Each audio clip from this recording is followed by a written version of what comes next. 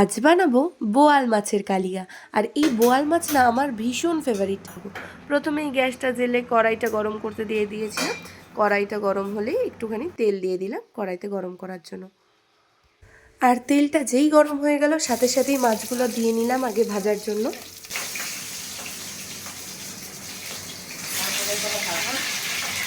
এরপর ভালো করে মাছগুলোকে এপিট ওপিট করে ভেজে তুলে রেখেছিলাম। বোয়াল মাছ যদিও একটু হালকা করেই ভাজে, তবে আমি একটু কড়া করেই ভেজেছিলাম। আর এদিকে দেখো মশলাপাতি রেডি। আর এদিকে পেঁয়াজ, আদা, রসুন, টমেটো সবই মোটামুটি রেডি হয়ে গেছে।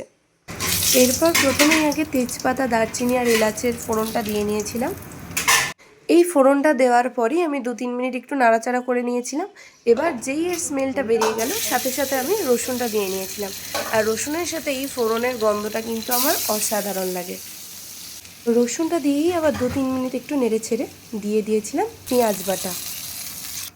পেঁয়াজ রসুনটাকে ভালো করে মাখিয়ে নাড়িয়ে চাড়িয়ে নেওয়ার পর যখন একটু কালারটা চেঞ্জ হতে শুরু করলো তখনই দিয়ে দিলাম টমেটো আর আদা। এইবার এগুলোকে ভালো করে মেশানোর পর একে একে দিয়ে দেব নুন, হলুদ গুঁড়ো, লঙ্কার গুঁড়ো, কাশ্মীরি মির্চ। আমি একটু ধনে জিরে গুঁড়ো দিয়েছি, তোমরা চাইলে ওটা স্কিপও করতে পারো। এইবার ব্যাস মশলাটা কষার পালা।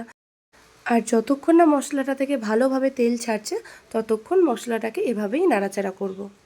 কিছুক্ষণ সময় ধরে ভালো করে মশলাটাকে নাড়াচাড়া করার পর দেখো মশলাটা থেকে কিন্তু তেল ছেড়ে গেছে আর খুব সুন্দর একটা মশলার গন্ধ বেরোচ্ছে। এই মশলার তেল ছেড়ে যাওয়ার সাথে সাথে অল্প করে জল দিয়ে দেব। জল দিয়েই সাথে সাথে মশলাটাকে মাখিয়ে নেব জলের সাথে এবং ভালো করে এটাকে আবারও কষাতে থাকবো।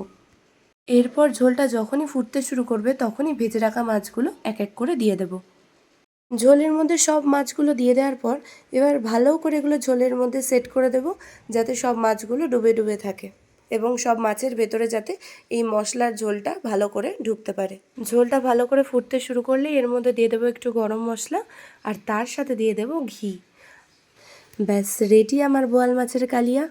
দেখতে তো খুব সুন্দর লাগছে। তোমাদের ভিডিওটা কেমন লাগলো অবশ্যই জানাও।